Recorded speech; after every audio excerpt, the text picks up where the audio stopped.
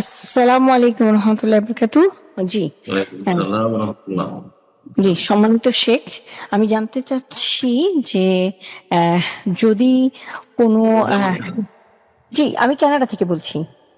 যদি কোনো রিলেটিভ গরিব থাকে, তার কঠিন অসুখে ভুগতে থাকে এবং তাকে যদি তার জাকাতের পয়সা বা কিছু দিয়ে চিকিৎসা করা হয়, তার দায়িত্ব নেওয়া হয়, তাহলে তার হাতে যদি পয়সাটা চলে যায় পুরা একসাথে, তাহলে সে শেষ করে ফেলে আবার চায়। তো সেই ক্ষেত্রে কি টাকাটা রেখে সেই মহিলা তার দায়িত্ব পালন করতে পারে কিনা, তার এমার্জেন্সি যখন যখন দরকার তখন তখন পাঠিয়ে সে নিজে ওইটাকে হ্যান্ডেলিং করতে পারে কিনা, এটা জানতে চাচ্ছিলাম কোরআন সুন্নাহ অনুযায়ী। জাযাকাল্লাহ খাইরান। যিনি আপনার রিলেটিভ অসুস্থ, তিনি অভাবী না জি, সচ্ছল? না না, অভাবী। জমি জমি জায়গা ধন সম্পদ আছে, তার চিকিৎসা করাবার না, কিছুই নেই। নেই, তাহলে অসুবিধা নেই। যদি তার হাতে দিলে টাকাটা নষ্ট হয়ে যাবে বা একবারই খরচ করে দিবে, প্রতি মাসে হয়তো খরচ হচ্ছে চিকিৎসার, সুতরাং প্রতি মাসে মাসে দেবো, জাকাতের টাকা যায়, কোনো অসুবিধা নেই। আল্লাহ কবুল করুন। বারাকাল্লাহ ফিক। আসসালামু আলাইকুম রহমতুল্লাহ। ওয়ালাইকুম আসসালাম রহমতুল্লাহ। বিষয়টা আমি বলেন, পশ্চিমবঙ্গ দক্ষিণ দিনাজপুর থেকে বলছিলাম। প্রশ্ন। জি, শেখ বলছিলাম যে যারা আলেম ওলামা ইন্স্যুরেন্স বিষয়ে যে আপনি বললেন একটু আগে, তো যারা ইন্স্যুরেন্সে কাজ করে তারা এভাবে একটা যুক্তি দেয় যে ধরেন আমরা একটা গাছ লাগালাম, ছোট গাছটা আমরা 100 টাকা দিয়ে কিনলাম, এবার সে গাছটা লাগানোর পর 10 বছর পর সেই গাছটা থেকে আমরা 10,000 বাজার থেকে বেশি টাকা উপার্জন হয়। ঠিক ওইরূপ ভাবে আমরা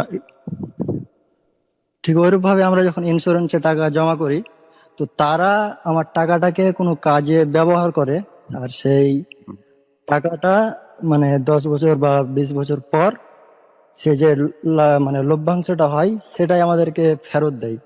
এভাবে তারা একটা যুক্তি দিতে চায়, তো এটা কিভাবে হবে? ইবলিসও যুক্তি দিয়েছিল, ওয়ালুমান কাসা ইবলিস।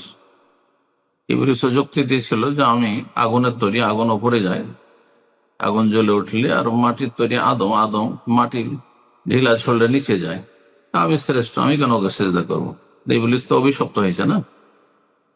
কোরআন এবং হাদিসের বিরুদ্ধে যুক্তি চলে না। জি, ব্যবসা তাকে বলা হয় যাতে লাভ লস দুটোরই সম্ভাবনা রয়েছে, এটি ব্যবসা নয়। ইন্স্যুরেন্স হচ্ছে জুয়ার মতো, ইন্স্যুরেন্স হচ্ছে সেম জুয়া। জুয়াতে কি হয়, বহু লোক অংশ নিল, কেউ হয়তো লক্ষ লক্ষ টাকা, হ্যাঁ, তার দুর্ঘটনা হয়ে গেল, লক্ষ লক্ষ টাকা পেয়ে গেল। আর কেউ 10 বছর ধরে ইন্স্যুরেন্স পলিসি চালিয়ে যাচ্ছে, কিছুই পাচ্ছেন। এটার নামই তো জুয়া। এটা জুয়া না? ইন্নামাল খামরু, আল্লাহ বলছেন, ওয়াল মাইসিরু ওয়াল আজলামু ওয়াল আনসাবু রিজসুম মিন আমালিশ শাইতান। মদ, জুয়া এবং প্রতিমা পূজা, মূর্তি পূজা, আর আল আজলাম, ভাগ্য নির্ণয় করা, তীর দিয়ে, হ্যাঁ, লটারি করে ভাগ্য নির্ণয় করা, এগুলো হচ্ছে রিজসুন, এগুলো নাপাক, অপবিত্র, শিরকের সাথে তুলনা আল্লাহ করেছেন, এই কবিরা গুনাহ। আল্লাহ হেদায়েত দান। ইন্স্যুরেন্স যায় না, একমাত্র নিরুপায় হলে স্বাস্থ্য, হেলথ ইন্স্যুরেন্স কোম্পানি বাধ্য করছে, গাড়ি ইন্স্যুরেন্স সরকার বাধ্য করেছে, না হলে গাড়ি দেবেন না। কিন্তু আপনি নিজের বাড়ি তৈরি করেছেন, হ্যাঁ, বাড়ি হাউস ইন্স্যুরেন্স করবেন না, এটা আপনার স্বেচ্ছায় করেছেন, যায় না, স্বেচ্ছায় মোটেই যায় না। লাইফ ইন্স্যুরেন্স মোটেই চাইছে, এরকম সুদী ব্যাংকের সাথে লেনদেন, ফিক্সড ডিপোজিট চাইছে না, সুদ হারাম।